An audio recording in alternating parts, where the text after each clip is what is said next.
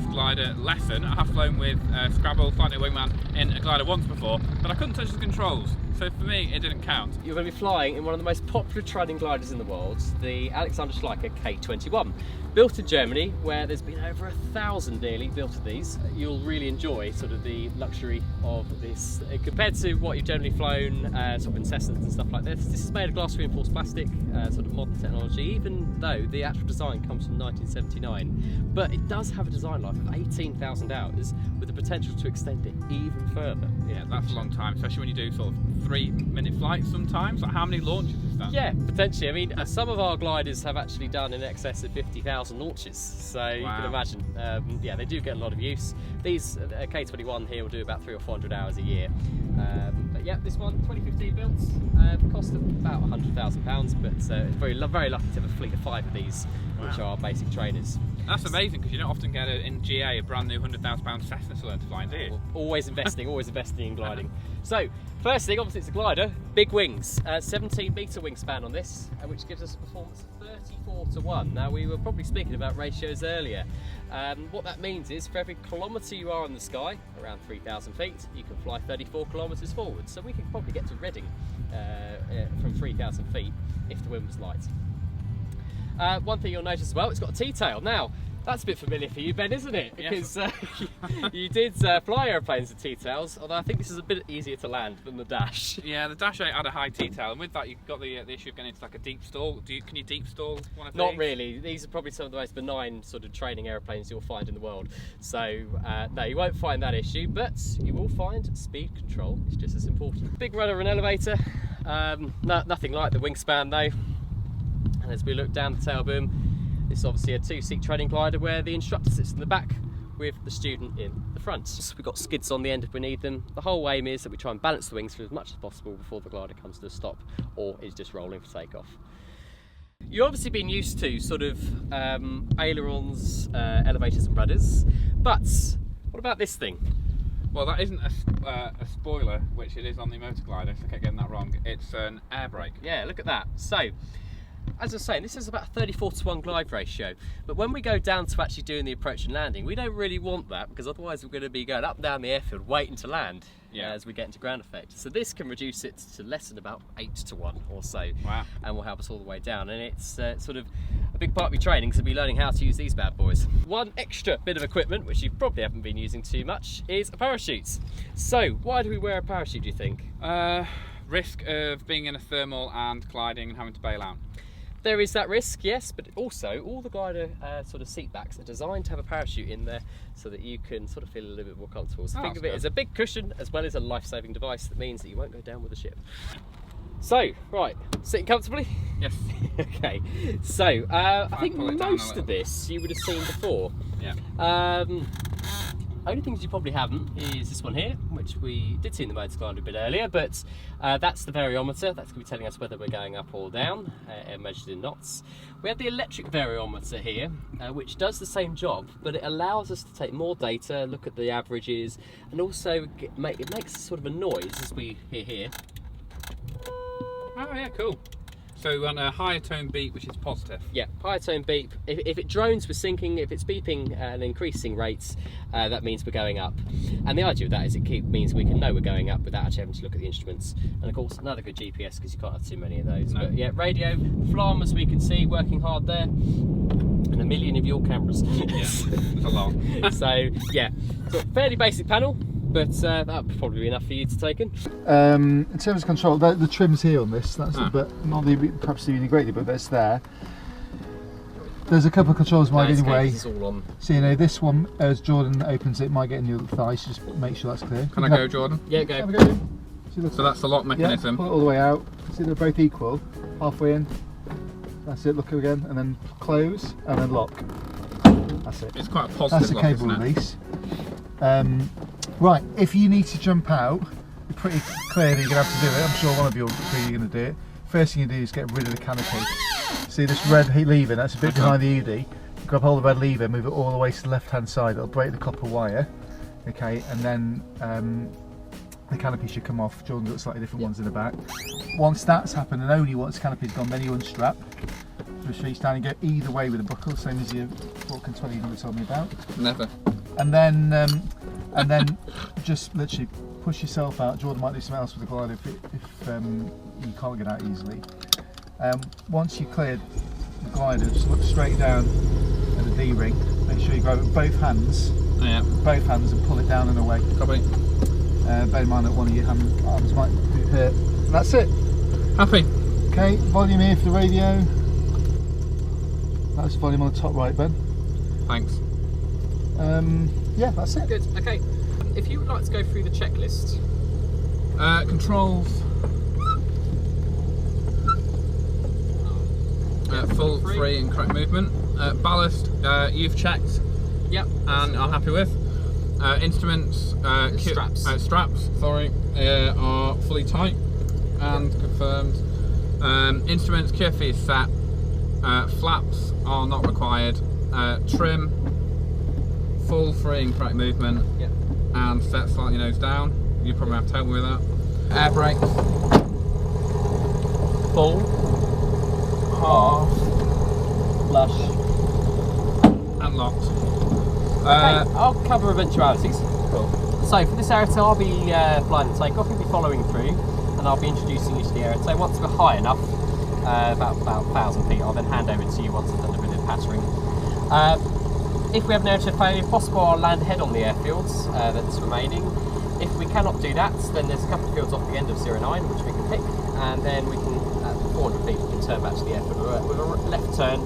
We're 55 knots for our approach speed today. Okay, any questions? Exit. Okay, canopy exposed, please.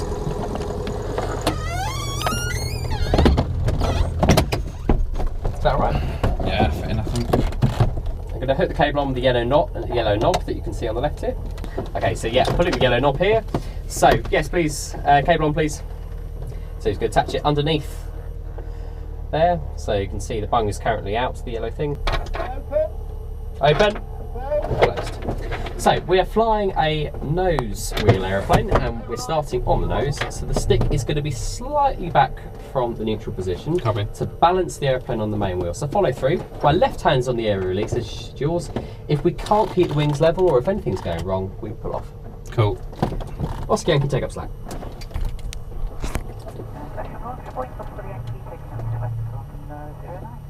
I keep the wings level with the ailerons, the glider straight with the rudder.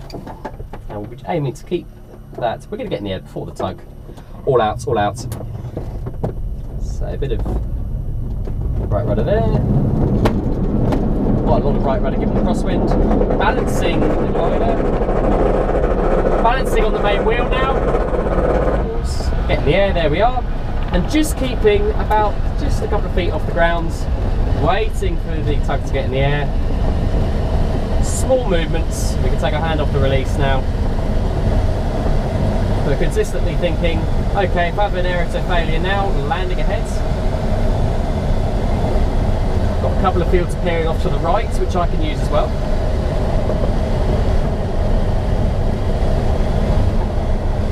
A bit of a crosswind, bit of turbulence over the trees.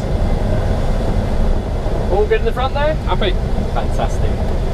Very nice takeoff, sir.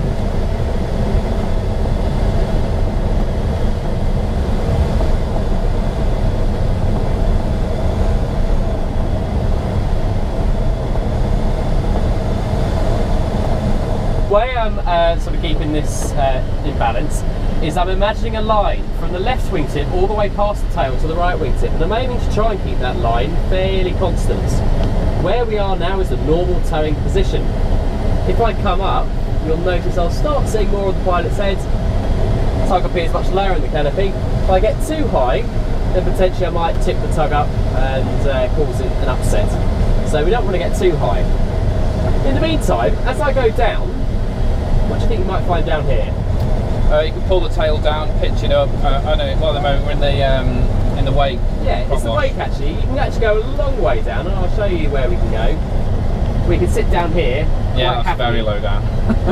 Tug pilot doesn't really notice anything when we're down here, but the normal towing position is based on being just above the wake here, and imagining that line in the canopy. So it's sort of a fine balance. But once you've got the hang of it, it won't be too much problem at all. Cool. If we get out to the side, for example, we just get out, push push out to the side. All I need to do is match whatever the tug's doing and let the tension pull us back in. Oh, okay. A slight check manoeuvre as we come behind. So, when you're ready, Ben, you have control. I have control.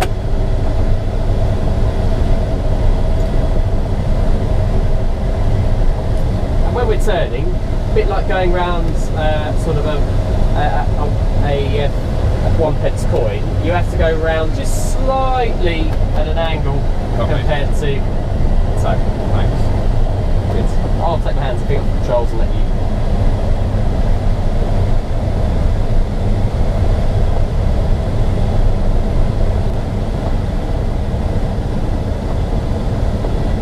Is this fine? Is it good so far? Yeah, it's nice. Yeah. I'm having fun. I'm just being quiet. That means I might be concentrating, yeah.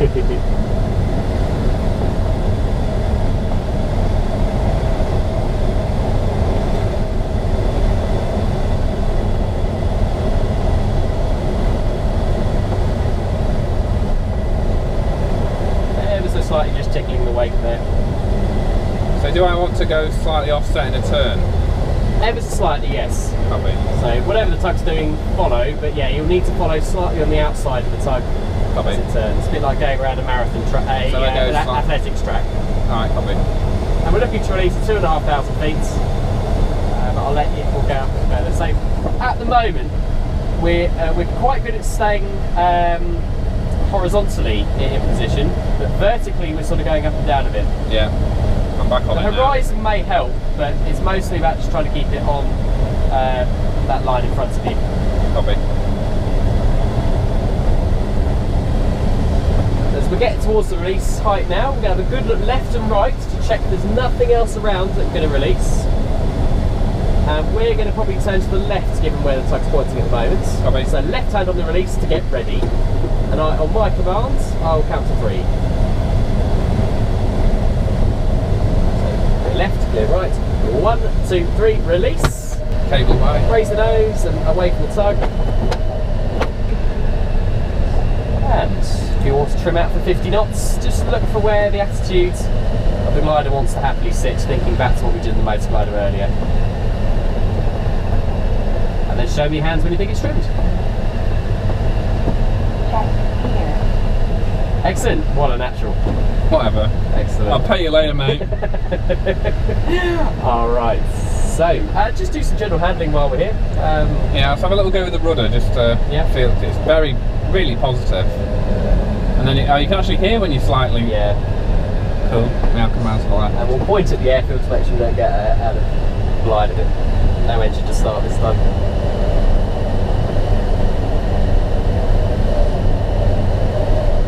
Very good. Yeah, a bit too much rudder then. I'm just looking at the string, but obviously it works slightly opposite. Yeah. Come on to sort of 40 degrees left when you're ready, we'll proceed in that direction. Right, very good, very good. And level there. It's like you've done it before. I actually haven't, have I, which is hilarious. Quite strange. You should be, well, other than the aerotowing, which is, I guess, a key part, everything's very good. Okay, so we will do some, we'll have a go at some stalls, just so you can just see the difference.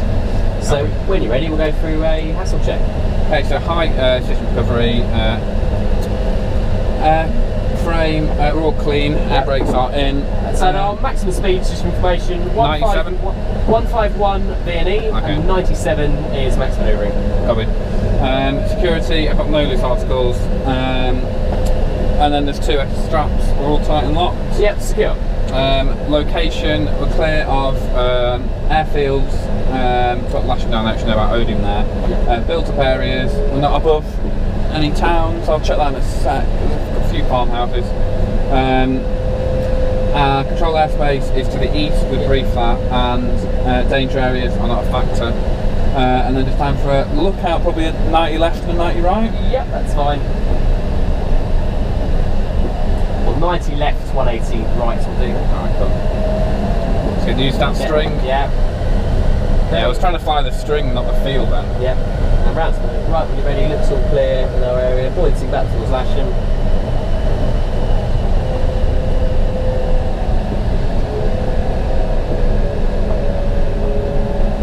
What's that heading there? That's good. Cool. Okay, fantastic. So if you want to go, just go into a nose drop stall initially.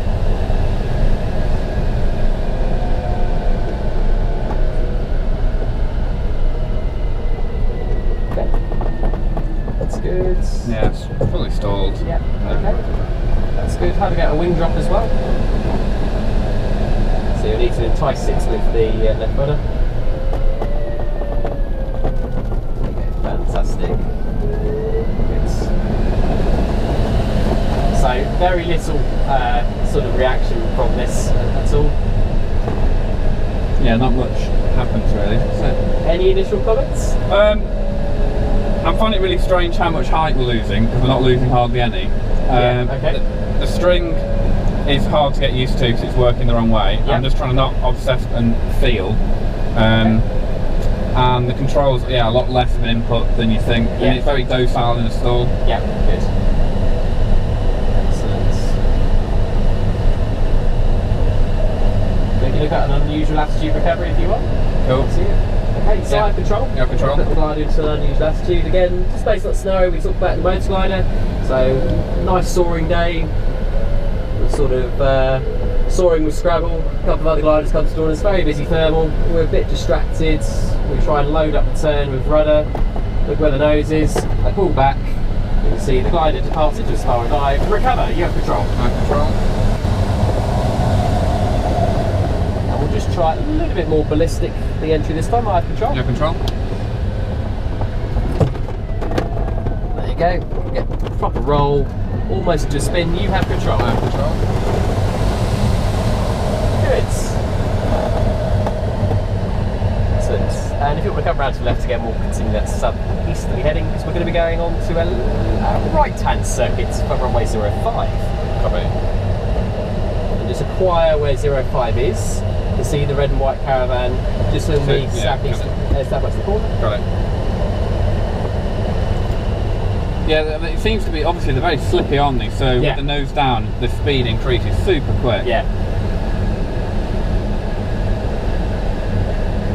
Oh, I'm loving this. Thanks for taking me out. No problem.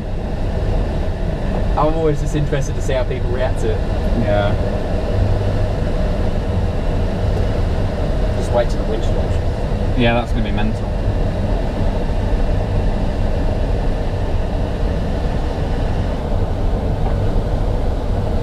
Yeah, it is quieter than I thought. Yeah. Tally glider, no factor.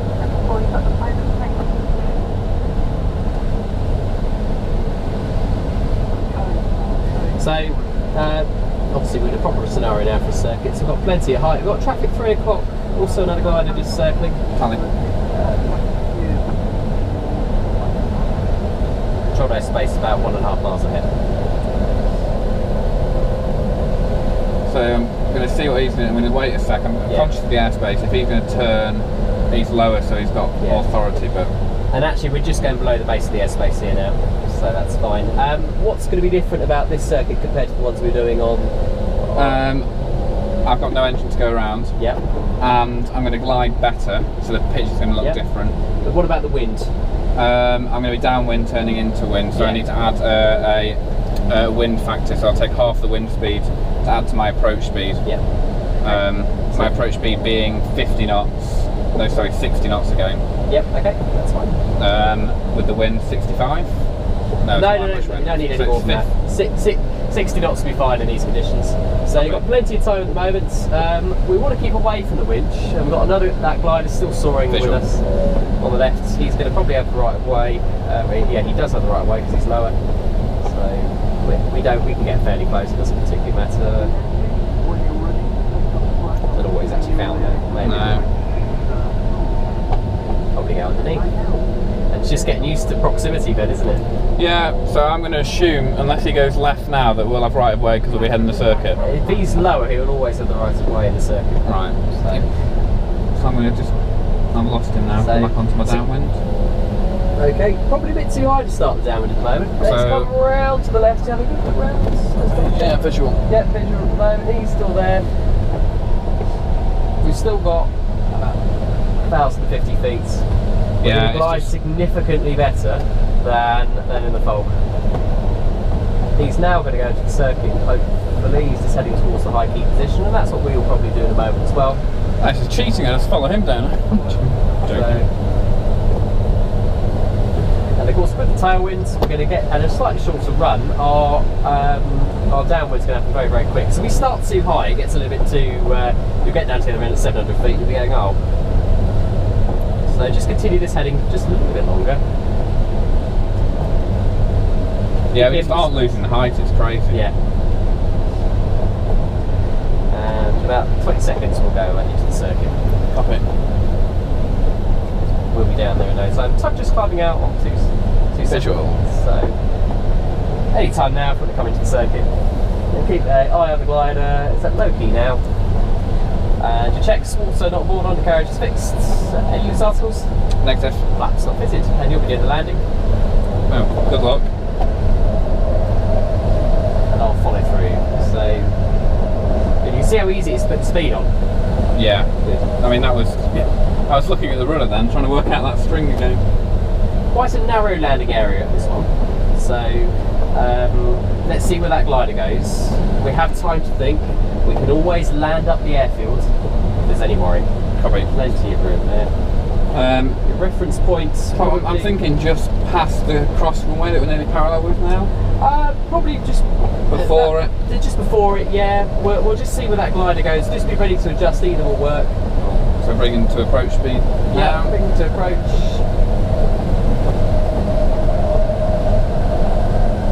Of course, with the tailwind on this bit, it just means we've got a headwind to go in, so don't get too far downwind in the circuit. This is where the diagonal comes in. And we've also now got another glider in the circuit, which you just practiced emergency. So, two other contacts, but that glider will probably land quite far up the airfield. Yeah, come on to my base now.